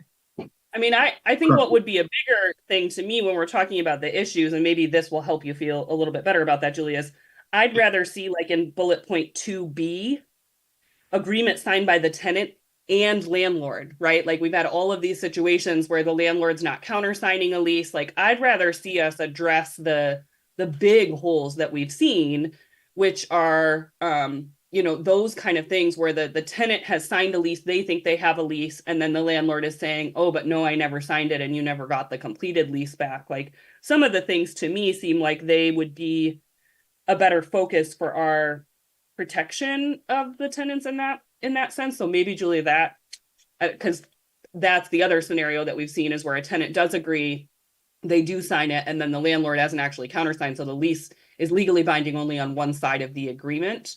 Doesn't speak exactly to this, but is kind of part of that whole timeline process thinking. But what if the landlord just sits on it? If that were to be the ordinance, you say by the tenant and landlord, then the landlord gets it by the tenant. He or she just kind of sits on it, waits, see if they really want to renew to this person. Can we make it so that a renewal lease has to be signed by a landlord in order to be handed to a tenant, so that the choice is in the tenant's power? I mean, that's what I'd really like to see happen. I'd really like it that the renewal lease must be completed with the terms and the landlord's signature before it goes to the tenant, personally, but I'm open to other thoughts on that. But to me, that seems like it would kind of cover that bullet point. Well, and my understanding is under contract law, if the landlord offers a lease to the tenant and the tenant accepts it by signing it, that's a binding contract at that point. I mean, I've always argued that. I mean, the landlord because it's out of the tenant's control if the landlord now countersigns it, but it's been an offer and acceptance. So for what happened with the ones that we know that did that? I mean, there were tons of them last year. What happened? Because I heard a lot of those fell apart. And the tenants were told, oh, no, you didn't actually have a house. We never countersigned it. And in particular, I can't remember what complex, but there was a North Campus complex that was doing it. Yeah. So what happened when those came to you? Did they find them a house? I mean, that to me, like some of those things are like the bigger ticket items than. Yeah. No, I mean, I didn't get a lot of those, honestly. I mean, but yeah, I mean, I'd have to think about it a little bit more in terms of like what we were seeing and what and how that all played out. Yeah, I mean, because I know that like there's some instances where landlords are saying, well, here's your lease, go ahead and sign, but it's not binding until we countersign, which then kind of works in the favor of the tenant if they want to get out of it, and the landlord. But I mean, generally without all of this, I would say that once it's offered and accepted, it's binding. So I don't know. I have to think about that. They weren't allowing people out of it. Even this year, I had two parents I was referring to you that they couldn't get out of it, even though it was signed. So to give some people some background, that was a case where they were pressuring tenants to renew. The tenants were saying in September, yes, I'll renew. They were signing their half. Then the landlord said, well, because of the early leasing ordinance, we can't sign this until March. So they were actually throwing the early leasing ordinance back in the students' faces, and the students who then changed their mind, these two that I know of, had to end up paying the $800 fee or whatever it was to transfer the lease and find a new tenant. Can you get back to me separately about that at some point? Yeah, so those are, I mean, that is a bigger ticket item than I'd see. I'd rather have us like focus on, can we just say that a landlord cannot give a renewal offer until 200 days before the lease end, unless specifically requested by the tenant? Like, can we not address some of this early communication period? Like, outside of the early bird, if the ordinance said you can't even send a renewal offer until, I mean, I'd love it to be 180 days, but to give people to 210 days or something, like, can we just stop the early bird communication and then we don't have to deal with the pricing scheme? Like, that's the part I wonder about, John. So maybe you can help me understand that. You mean, can we tell landlords they can't communicate to their tenants about certain subjects and not get sued? Well, I mean, maybe that's the answer. I'm saying we've specified dates and we've made timelines and we have made that law. So why can't we say no renewal offers can be communicated until 210 days or 180 days, so that they have a 60-day acceptance period unless it is requested by the tenant? Because I also want to empower a tenant that says no renewal offer. So here's how I get around that. I say, this is not an offer, but I value our relationship as your tenant. We would love to have you stay with us, and the sooner you renew, the sooner you commit to us, the lower the price we can commit for you. I mean, that's what I'm saying. Can we make that predatory communication and what possible? And we got to be careful regulating speech between landlord and tenants. Okay. And I'll leave it at that. I mean, there's a memo about that, but so, and some tenants might want the communication that they do want to be able to commit sooner to a lower price if they know they're going to renew. It's the pressure tactics. It's the, like, you gotta lock in before next week or next month, or the price is going up a lot. So to some extent, it's educating tenants that they don't have to lock in. The problem is we can't regulate the price of rent because of rent control. So we can't tell a landlord that they can charge more, that they can't charge more in the future because of that. So yeah, I get you. That's why I'm saying if we could focus on stopping the communication and specifying a timeline by which they could communicate, maybe we could impact that. But I hear your point. Maybe that's not possible. Okay, I'll yield till I see other hands up. Go ahead, Jamie. Yeah, I would just echo what Jordan was saying. I think even if it's not written in a predatory way, the timing, as a student renewal that I received at the time that I received it this year, like, I was in the middle of midterms and I was pulling my hair out, and that just also felt very intentional. Like, your tenants are students and that this is a very stressful time of the semester. And I don't know. I hear what we're saying, that, you can't regulate the communications, but that part also felt very, kind of calculated at the specific time that the lease renewals were sent.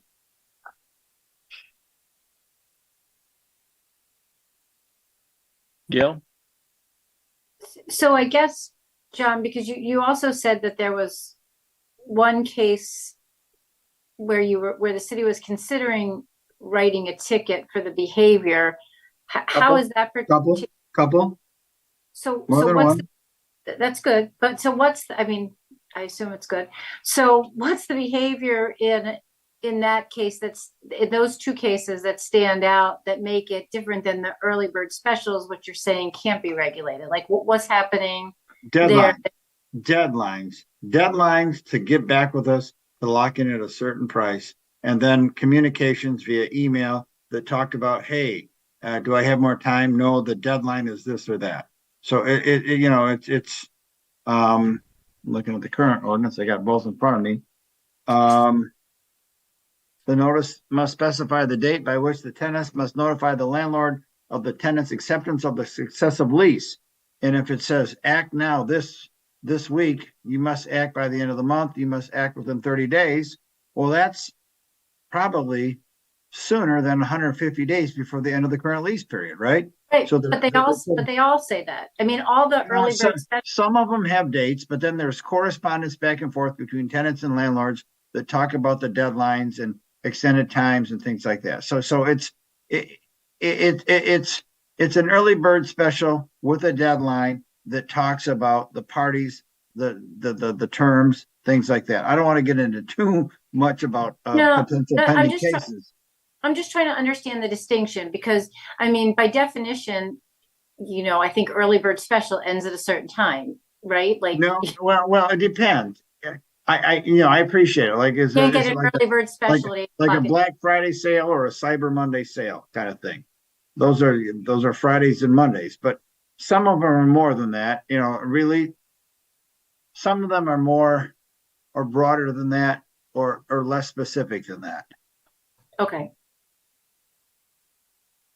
So, I mean, I guess, and I think one of my recommendations would be that we, as whoever wants to, that we meet sort of between now and 1 month from now, because we obviously have a lot of questions that we need to address. No, and you guys bring up great points, which is why we vet this. We bring it up in front of you. You've got great perspectives, both from landlord and tenant. So I would ask you to, share your thoughts with council members Radina, Harrison. I think they should go directly to you. All our thoughts are going to go directly to you. At least you see them, so it looks like I'm following my orders. Well, go ahead, Travis. If you have another question, please go before me. So I just wanted to reiterate something that John said at the beginning also, which is a number of the complaints that we've received have not come in as formal complaints either. There are emails that have been forwarded or text messages or things that have been kind of passed along, but the form itself hasn't been completed. And so one of the things that all of us can do, and I know council members have received this message as well, if we get an email, is direct people to the form, ask them to complete it. Even if they can't complete every single piece of information, complete as much as they can and submit it, because that will actually officially kick off that process. If an email is just forwarded along or a text message is forwarded along, it's not a formal complaint that the attorneys or our city can act upon. So it's really important that people fill out the form. We've also had some conversation about getting the form. Right now it's, that editable PDF. We've talked about if we can even make this more accessible by just having it as kind of a web form that exists on the website, making it as easy as possible for people to find and land on. But please, if you hear of complaints, encourage people to fill out the form, even if they're intimidated by the fact that they may not have all of the information. And yes, if you have questions or concerns, a lot of you are raising points that Councilmember Harrison and I have already brought up. So that's why John is probably kind of chuckling along a little, because there are things we have been pestering about as well. John and I have had a number of conversations about my non-lawyer interpretation of what the law should be. If you do have feedback, please do include us, because what John is also alluding to is that the attorneys work for council. And so Councilmember Harrison and I are happy to express all of those questions and concerns along. Is there a timeline for responses? Because what I'm finding is that's, at least the students that have filed complaints are getting a little antsy and they need to make decisions. And so a lot of their decisions depends on where things are at with their complaint. By responses, do you mean Renters Commission responses about the proposed changes or responses with respect to early leasing ordinance complaints on the new form with the copies of the lease, copies of the communications, that type of thing. Gail? Yes, I mean to the second. I mean, once a student or tenant files a official complaint, is there a specific timeline or a goal for when they'll get a response? I'm hopeful to turn them over within a week. You know, at least we're trying to get these out before the end of the year. Our decision Oh, on okay. this. Okay, thank you.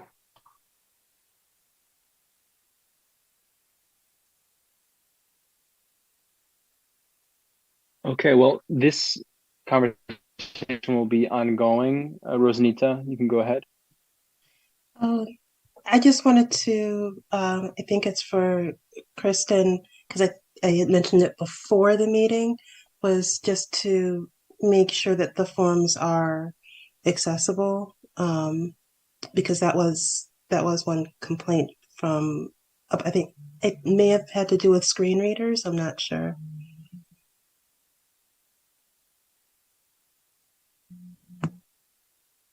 Definitely something we can look at in working on the form. Happy to work with Tracy on it. I think like my power editing the form is a little bit limited since it's rental housing's form, but I don't see why they wouldn't be agreeable to make it more accessible. Thanks.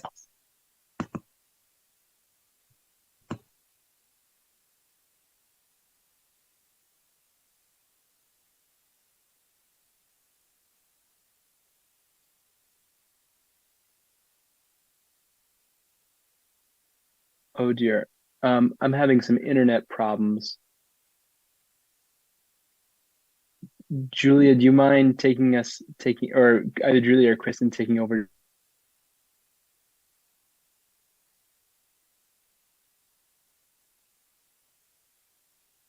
Julia, Vice Chair. Where were we? That was the update. So now we're in reports. Report from City Council.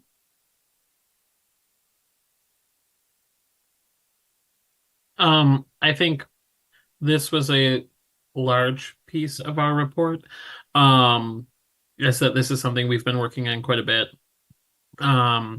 There's also a group of us working with attorneys on an ordinance to address junk fees. I hope that we'll have something early in the next year that we can ask folks for additional feedback similar to this process as well.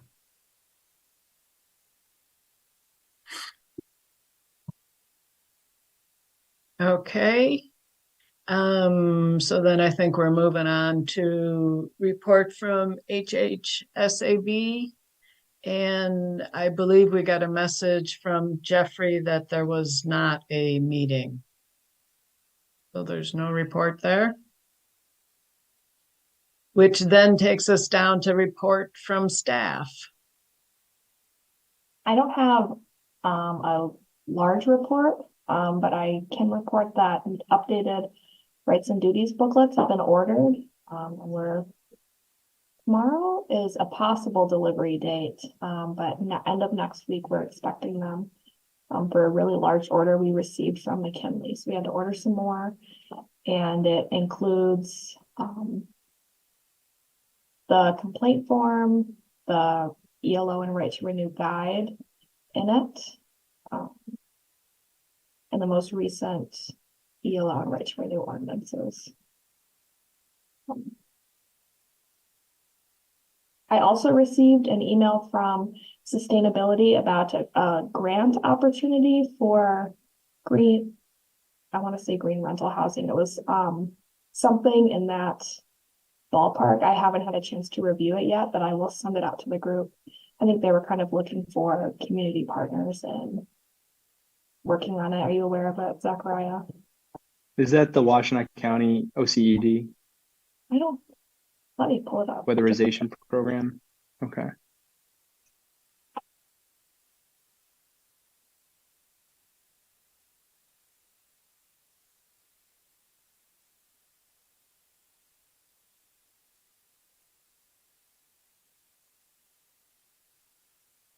screening rental housing with the EPA's community change grants. And so I will send this out and see what the group's interest is. I haven't responded yet, but my initial thought is that you guys would be interested in kind of whatever level was available. So that's on the other report.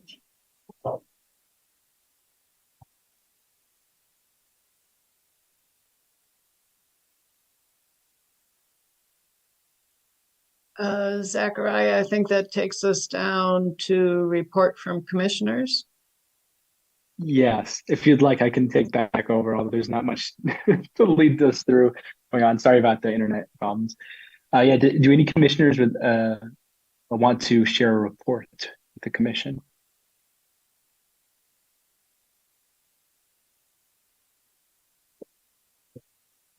I'd like to share a report. So there's a few things. First of all, I know I had spoken previously about contacting other institutions in the area to discuss evictions generally, and eviction diversion, and maybe right to counsel. So talking about the problem of evictions and then talking about potential solutions. And I was connected with a few different people, including some people at the county level. There's Washington Housing Alliance as well. And it looks like there already is a group that exists where they have representatives from lots of organizations, and they're talking about evictions and homelessness. And I attended only one of their meetings, but I think it's monthly, it looks like. So if anyone else is interested in attending, you're more than welcome to. I can just send me an email and I'd be happy to invite you. I can check the name of that.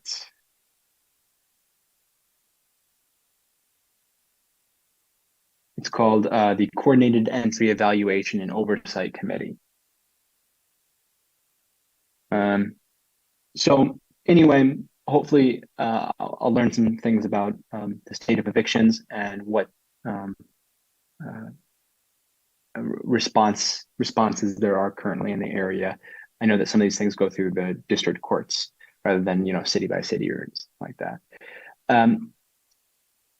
Beyond that, we have spoken previously about a situation with a company called realpage.com and potential antitrust action.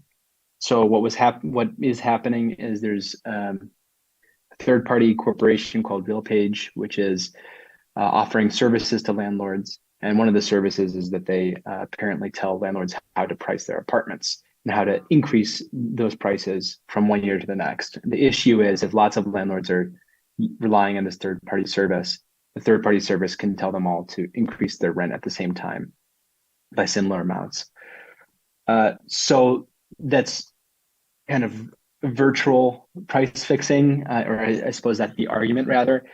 And it looks like this is on the radar of the Washington County prosecutor, and I am planning on reaching out to the Attorney General's office at the recommendation of the county prosecutor, because the Attorney General can bring a suit against these companies. I think that's it for me.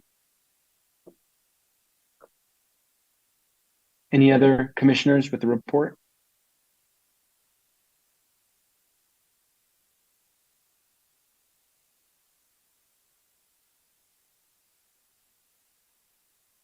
Oh, one other thing is that a local property manager invited me and Julia to have a meeting to discuss the early leasing ordinance situation. And so Julia and I are planning on going in January to meet with this property manager and just listen to their concerns.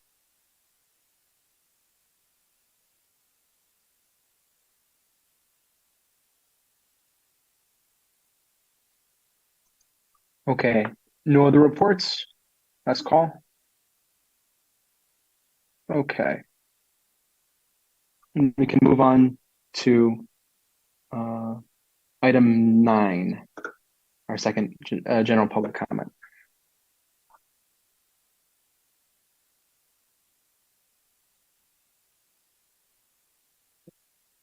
To speak during public comment, please call 877-853-5247 or 888-788-0099 and enter meeting ID 935-8080-1941. Then you can press *9 to raise your hand to be called on to speak. If you would like to join through the Zoom link, that is a2gov.org/renters commission meeting. And you can use the raise hand feature to be called on. So give it just a moment.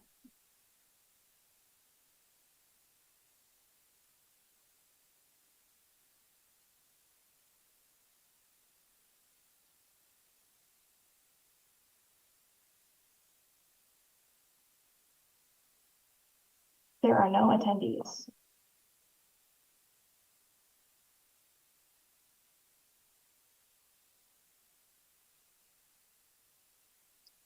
Thank you, Kristen. Okay, we can move on to item 10. 10-A is we have one communication. Let me open it up here. It's regarding, I was a little confused by this email, actually. I remember the conversation at Green Fair. Let me open it up.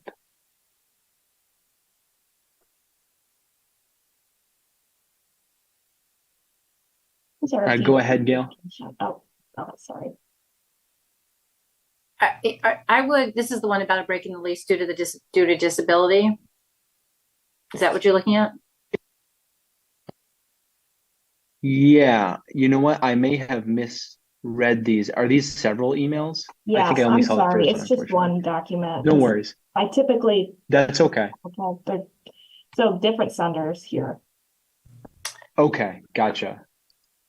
So I would suggest for the one where they think they might have a right to get out of their lease because of a disability, which I would suggest that they reach out to the Fair Housing Center. Might be a good resource for this one.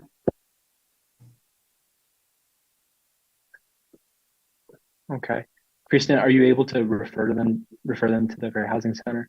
Yes. Thank you.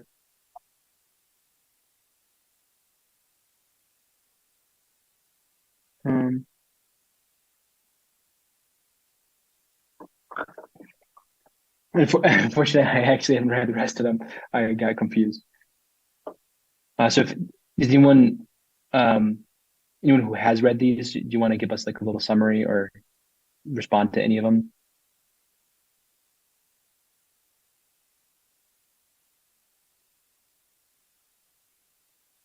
Yeah, so this second one is just somebody that's kind of complaining about not feeling respected in the inspection process. So I think referring them back, which I think Kristen, you did, right? Sent them back to rental housing to talk about how to figure out a way to negotiate. It is challenging. I mean, they'll give you an appointment window, and so I can get this person's concerns, and hard when you're sick and you have cats and things like that. So I think referring them back to rental housing and trying to have them talk to them is probably the most appropriate next step.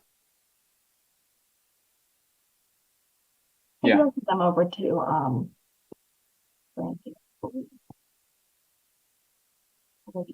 but I did send them to rental housing.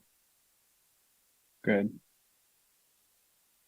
I hope that can be addressed. Courthouse Square.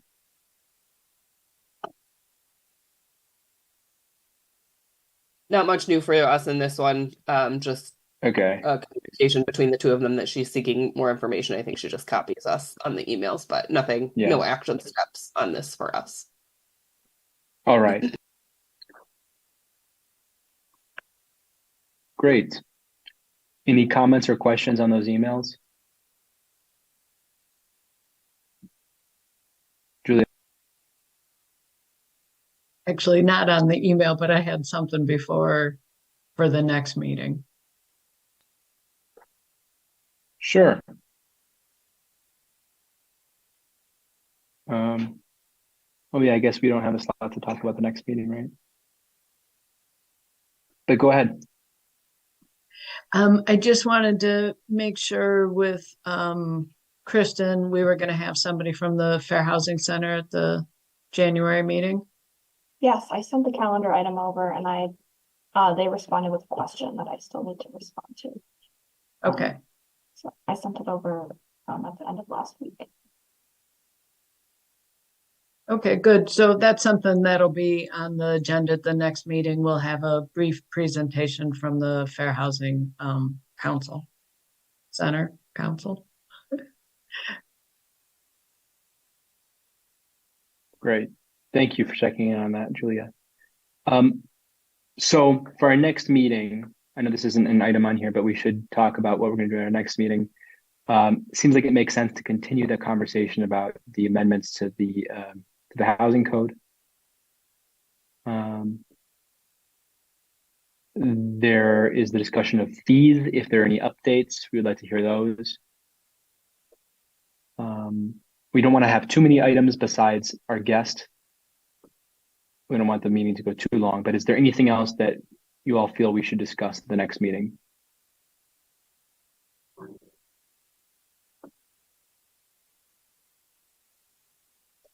Travis? Yeah, I just wanted to briefly say, so I think we can touch base again about the proposed amendments to ELO and right to renew ordinances. But if you guys could perhaps use that meeting as a deadline to get back with us, if not even sooner than that, if you have specific things that that you'd like to call out so that we have some opportunity to try to work on them and because also acknowledging that the time of this meeting, we will have gone through 2 additional council meetings at that point. And so I know that we will want to make sure that we can get them introduced if we'd like to move forward. Sounds good. Yeah, if anybody is interested in meeting just for like a little working group session between now and our next meeting, please send me an email. Actually, I guess raise your hand if you're interested in doing that. I'm not saying we need to do that. Okay. Neil, Jordan, Julia. Okay, great. Anybody else? Kim, Jamie. Okay. Well, I gotta write this down.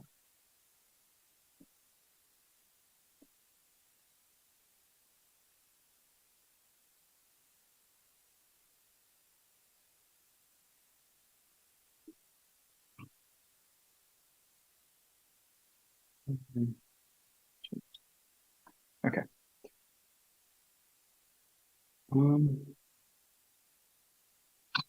Yeah.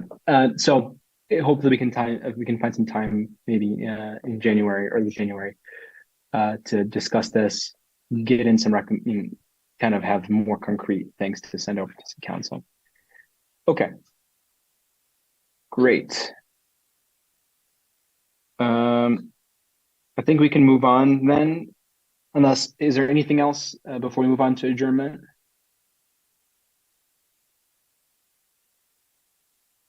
No? Okay. Well, I know I said at the last meeting, I am very proud of all the work everyone has put in. I really do appreciate your work. Thank you so much for making this an enjoyable experience, as enjoyable as these long meetings on Thursdays can be.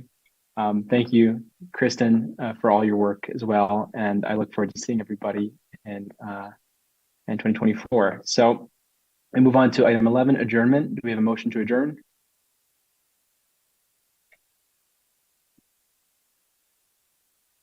You guys want to stay here all till next year? Okay. Okay. Thank you, Anita. Do we have a second? I'll second. Thank you, Patrick. All those in favor of adjourning, say aye. Aye. Aye. All those opposed, say nay. Okay, with that, we are adjourned. See you all in January. Yep. Happy New Year, everybody. Happy New Year. Yeah. Happy holidays. Take care.